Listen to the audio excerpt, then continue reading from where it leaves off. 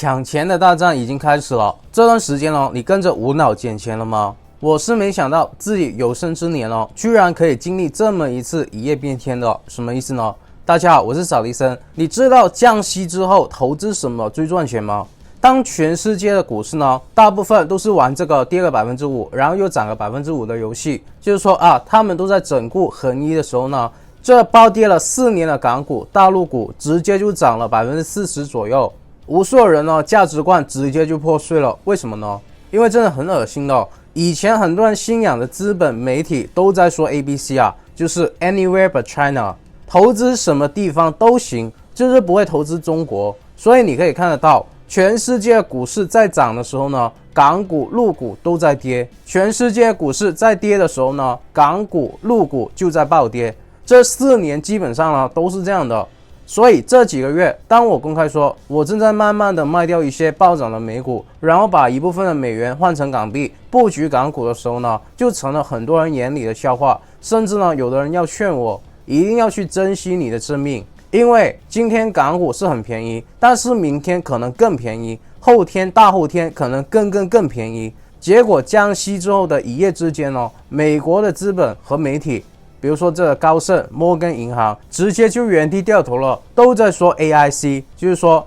All in China， 要输哈中国了。这些外资他们现在都是用真金白银在抢购内地和香港的资产为什么呢？难道我们都不珍惜自己的生命了吗？其实我们这一次突然从美股杀到港股，并不是说我们有多聪明，而是迫不得已。上一部影片有讲过一点我们卖美股是因为美元贬值，所以我们要兑换成黄金或者是日元作为避险资产，而拿出一部分钱去买港股就不是汇率的问题了，而是因为反走过必留痕迹。在降息之前你会发现其实已经有 19% 的金融投资机构都在做空中国和香港。这个就很夸张了，就是说今天有5个财阀里面就会有1个用自己的钱去做空中国和香港。但是你想过为什么他们会去做空这2个地方吗？无数的新闻的解释都是说这2个地方不行了，经济衰退了，外资撤离了，大不如前了，没有希望了，连住在那边的人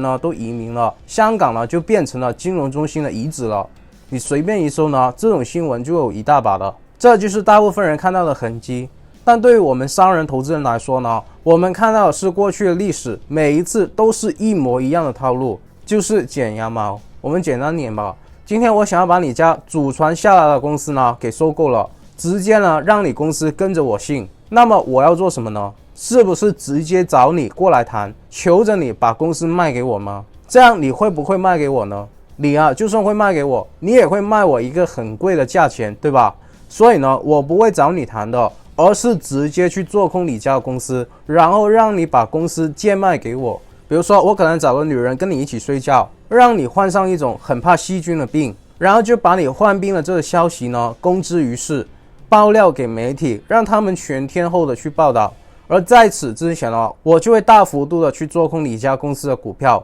等到这个消息一出来你公司的股价就会暴跌，那些买了你公司股票的股民就会因为看到你公司股价暴跌被吓怕，然后就把手上的股票贱卖了。而这时候我就可以去抄底你家这个祖传家业，这就是我去做空的原因，能听懂吗？并不是说因为你家有不利的消息，我不看好你家的企业，所以我就去做空的。相反，我就是想把你家企业拿下，所以你家才会出现不利的消息的，然后我才会去做空的。同理，美国一直以来玩的就是透过提升自己国家的利息，让全世界的人都把自己国家的资产和货币都卖掉，兑换成这美元，然后存在美国。这是第一步。第二步就是说对我追击的这个目标散布一些负面的新闻。第3步就是做空那个目标，然后在降息之前在资产被贱卖的时候进行这个抄底。当年这个韩国、日本、泰国就是被这样洗劫的。而这一次我们投资人看到的洗劫对象就是内地和香港。为什么这2个地方的股市暴跌了这么久，这么厉害呢？仿佛没有希望呢？因为生活在这2边的股民也被动的参与了做空。比如说很多的基金都被逼得受不了了，因为股市一直被做空，投资人交给你打理的财富不断的亏损，那么你是投资人，你也会找那个基金把那个钱取回来吧。也因为这样，这些管理大量财富的基金呢，他们就只能被迫的把自己手上的股票卖出去，换成钱还给这些投资人。而普通的散户呢，他们都是喜欢抄底的，都是喜欢长期持有的，喜欢什么价值投资的。比如说，无数人都买了当年很多人吹捧的龙头股阿里巴巴，结果这4年你越买它就越跌，你持有越久呢，它就跌得越厉害。你100万没了10万，你今天要不要卖？你不卖，明天就让你再亏个10万，你卖不卖？越多人卖呢，股价就跌得越厉害。你不卖呢，也不会影响结果。这几年你就直接亏损超过80%。所以你可以看得到，日经和美股的 ETF 呢，在这个中国市场是暴涨的很夸张的，动不动就暴涨了10%，有时候甚至是买到 ETF 熔断了。10个在香港炒股的，可能8、9个都去炒这个美股。也就是说，这2个地方天量的资金呢，这几年就被转移到美股、日股或者其他地方的股票上面。也因为这样，很多人就相信了这个说法 Anywhere but China。 外国的资本呢，是绝对不会再买这2个地方的资产了。但是现在外资呢，却要说 All in China， 这不就是在推翻昨天的自己吗？我告诉你，对于我们投资人、商人来说呢，资本是没有国界的，资本是逐利的。我们喜不喜欢一样资产，不要跟我扯其他的，只有一个原因，就是它能不能赚到钱。所以你会发现，外资现在都冲进去中国和香港，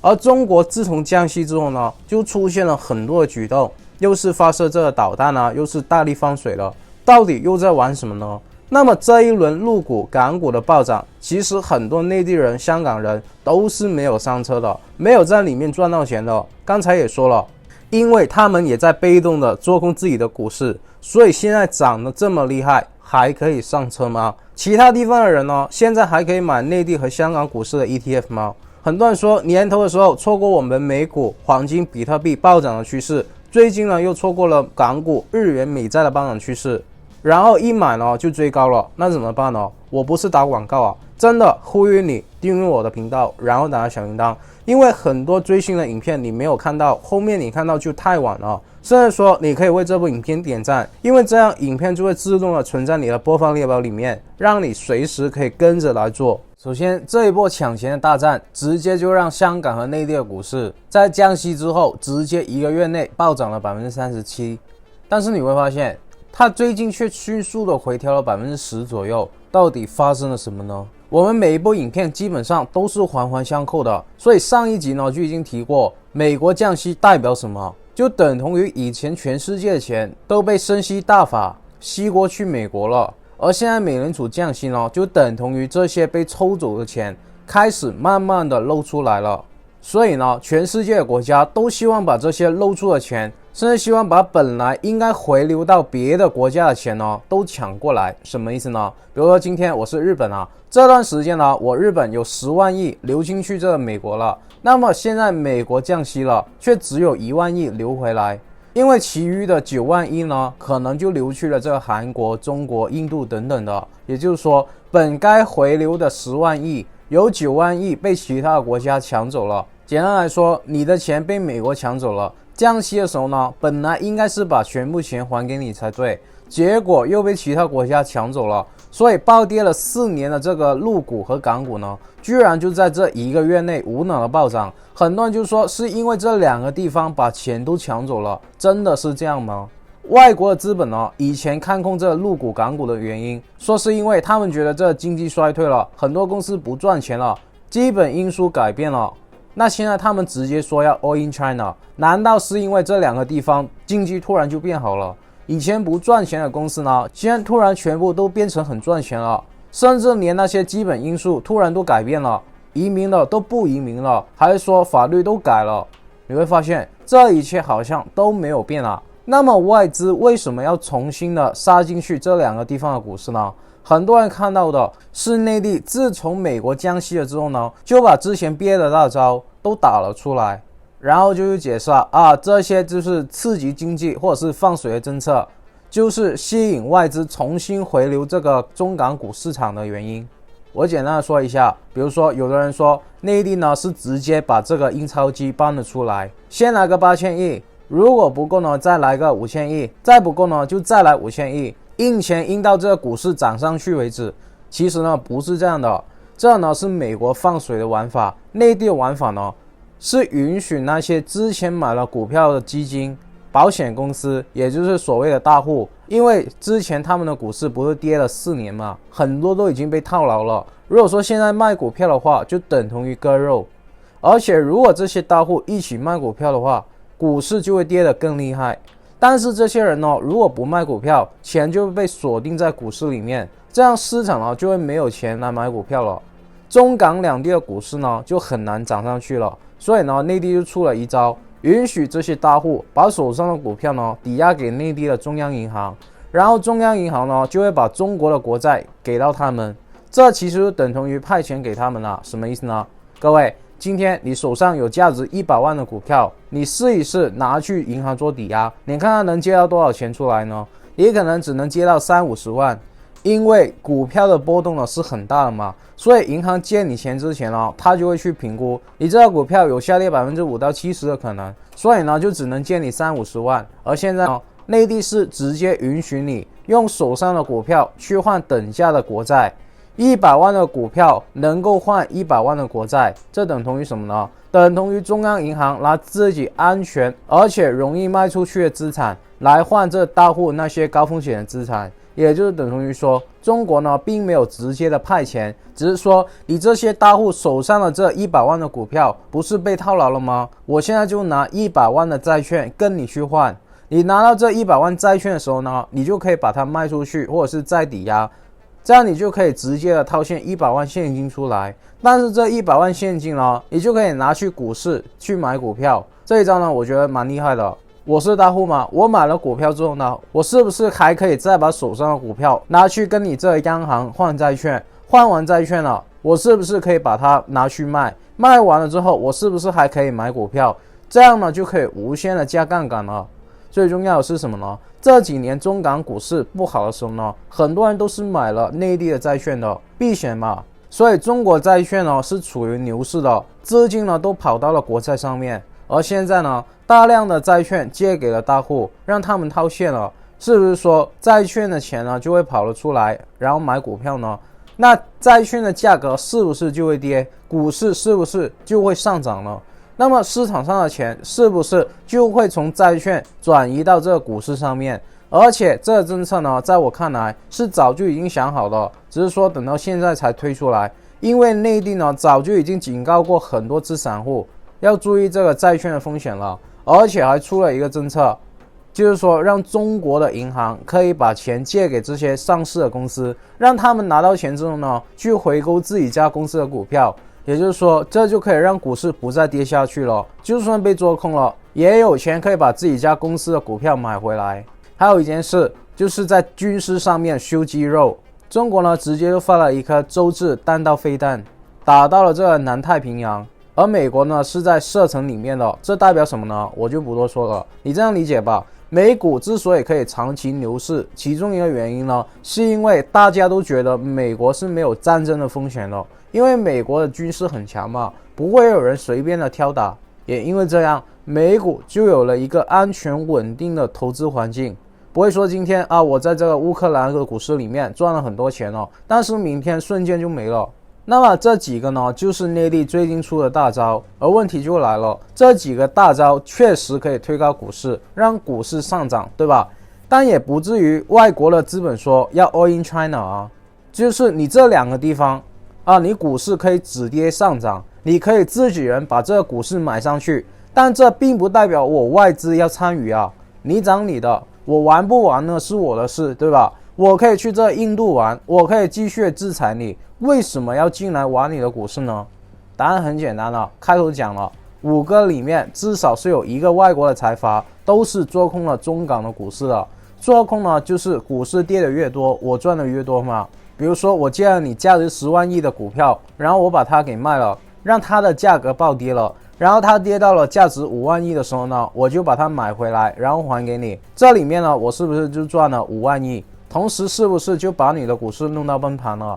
而现在呢，中国直接就放了个大招，股市直接暴力反弹了，10万亿跌到了5万亿的话，我就能够赚5万亿。但是现在反弹了，慢慢涨到6万亿、7万亿。如果我再不把这个股票买回来还给你的话，我的利润就会越来越少，甚至会出现爆仓。因为美元一直在贬值，人民币不断的升值，跟之前影片讲的日元呢也是一样的。到时候你要把这美元换回人民币，然后买这个陆股，那么你就会损失了汇率的贬值了。所以无数的外资呢，这一次进场去买这中港的股票。中港股票暴涨的这么夸张，真正的原因呢，是因为无数的外资需要在短时间里面去平仓，也就是结束做空。因为中港股市要转变趋势了嘛，我们不争论它是不是进入了牛市，至少一定是结束了熊市。那么就会逼迫这些外资停止去做空，反手要把这些股票买回来。这个就是为什么中港股涨得这么急，为什么我们可以提前几个月不断发影片说我们在关注港股，准备要布局港股呢？因为透过股市赚钱从来都不是说什么基本面改不改变，什么财报好不好，什么价值有没有被低估。如果说你是中港的股民呢，你信仰的这些话，你的棱角呢都会被直接磨平的。为什么呢？因为你认为再差的基本面，国际的资本呢还是会回来砸钱的。你认为再赚钱再便宜的公司，在这几年呢股价都是在暴跌的，你越买它就越跌。所以虽然说我们要去投资做滚雪球，但必须要是有系统有规则去投的。我们一定要是学会步步为营，只在最简单的牛市暴涨的趋势里面去做投资的。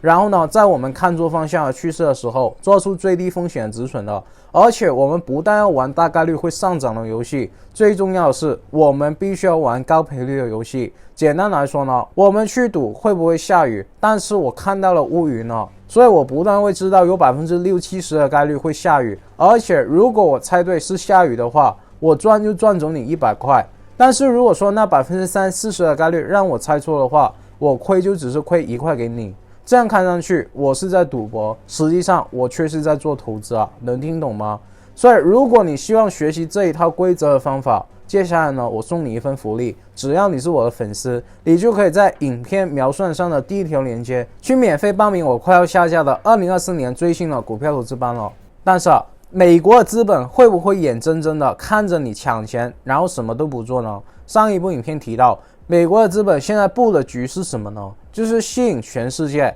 之前因为升息流进去这个美国的钱转移到美债上面，不但可以防止这些钱漏出去，而且还可以让他们接盘美债，把这钱借给美国。而美国的资本家呢，他们自己却提前的把这美元转移到其他的货币，准备抄底其他国家贱卖资产了。那么现在好了，中国出了这么多的大招，美债现在都卖不出去了，全世界的人都在卖美元，然后买你这个人民币和港币，直接让美元贬值，人民币升值了。所以你会发现，美国最近呢又出招了，直接就宣布他们的非农就业数据直接比预期高出60%。这代表什么呢？代表本来你可能会觉得只有100万的人能找到工作，没想到现在却有这个160万的人找到工作。也就是说，这暗示了美国的经济并没有想象中的那么差，美国呢没有衰退，也因为这样，市场对美联储后面降息的预期呢就下降了，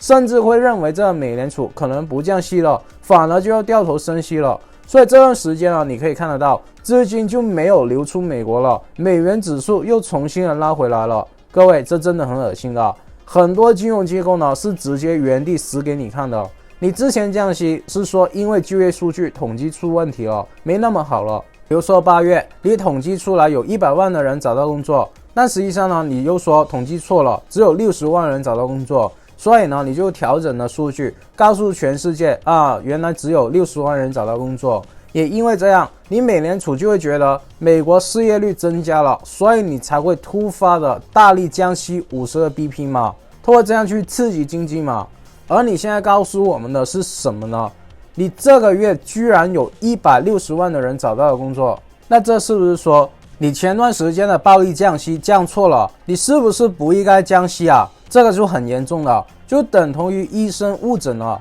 一个明明有高血压的病人呢，你给他打了2针多巴胺，这肾上腺素呢直接就飙升了，这不就结束了吗？而且最奇怪的是什么呢？就是美国领取失业金的人呢也超了很多预期，也就是说工作的人呢变多了，领取失业金的人呢也变多了。这两个数据的偏差呢有80%啊，这里面是没有问题的吗？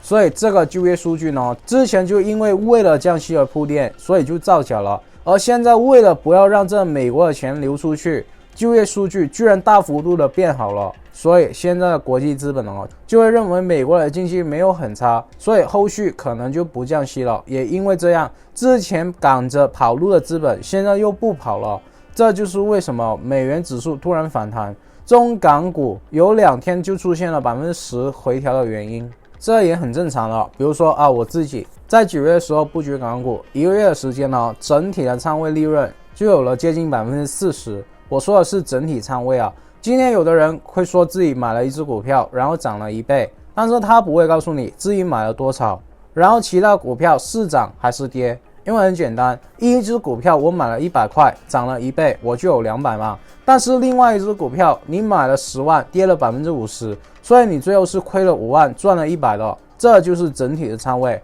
那么对于我来说呢，我在港股突破压力位的时候，小试水温，拿了手上其中一部分的美元进场港股，现在1个月已经有40%的利润，我是不是就可以选择获利离场，或者是卖掉一半，又或者是1/3的股票呢？然后我的例子比我厉害的，他们的利润可能达到了50%，有的就加了杠杆，甚至已经翻了几倍。那么他们是不是也会卖掉股票离场呢？所以这段时间就会出现了这个回调的情况。记着，涨得越急呢，你就要有心理的准备，回调的越急。我在之前说牛市3个阶段的影片就有提到过这高潮的部分的特征，但这是不是说中港股的上涨已经结束了呢？然后我们要反手来做个空呢？我们呢不会这样做的，因为有的股市会在前夕的时候就进入到高潮，然后呢又重新的进入到前夕兴奋高潮。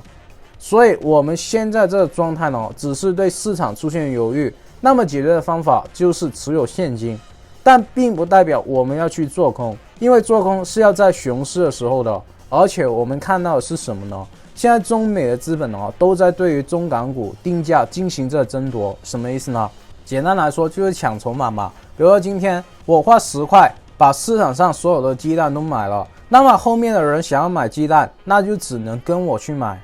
而他们呢就要花10块以上我才会卖给他们嘛。而今天呢，你持有的是牛奶，你想要把牛奶卖10块，但是市场上大家只愿意1块来买，你想要提高价格，但是我们这些财阀呢就用1块在市场上大量的抛售，那么呢你也只能便宜的去卖，对吧？这就是在抢筹码，谁拥有的筹码越多，谁就能够定价这个市场。这就是为什么现在国际资本呢都要在说 All in China 的原因，因为他们要抢的是中国资产的定价权。所以对于中国来说呢，他们的目标呢就是把资产推高，让你在山峰上去接盘，而外资呢就是想办法把这资产的价格压低来买货。这就很像当年的索罗斯做空泰国、香港一样了。所以我个人呢是有一个猜测啊，但这只是猜测，不代表我的投资策略。注意听哦，当年索罗斯要做空任何一个地方的时候呢，他的第一步棋是怎么走的？就是把钱流进去那个地方，而不是说流出去那个地方啊。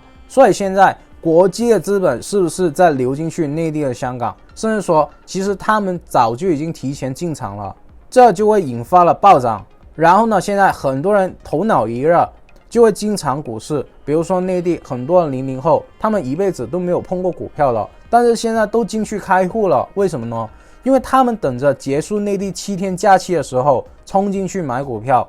结果那2天呢，股市就下跌了10%，很多人一买呢就在山顶上被套住了。也因为这样，国际的资本呢就可以在低位重新的买货。在这个过程里面呢，就是内地资本跟国际资本的较量，无非就是压低股价还有烘托股价嘛，这就是筹码的争夺。但是结果呢，股市又可能会重新的涨上去，因为内地的刺激政策呢还没有完全的出来，所以短期内波幅呢可能就会变大，但是中港股呢可能就会进入到一个牛市，而最后呢，国际的资本总是会有撤退那么一步的，到时候就会再出现做空，还有大量的资金撤离，这就要看筹码争夺还有定价权到底谁能够胜出了。如果是外资胜出的话，那么最后撤离呢就会崩盘；如果是内资胜出的话，那就会是一场很长的牛市。但是这也只是我的猜测，我们作为投资人呢，是不会因为这些猜测去做投资的，因为谁能赢呢？说不准。美国资本透过升息收割了很多财富，中国资本呢一直都是在隐忍的，这几年不断的出口卖东西给全世界，有多小的家底呢？我也看不出来。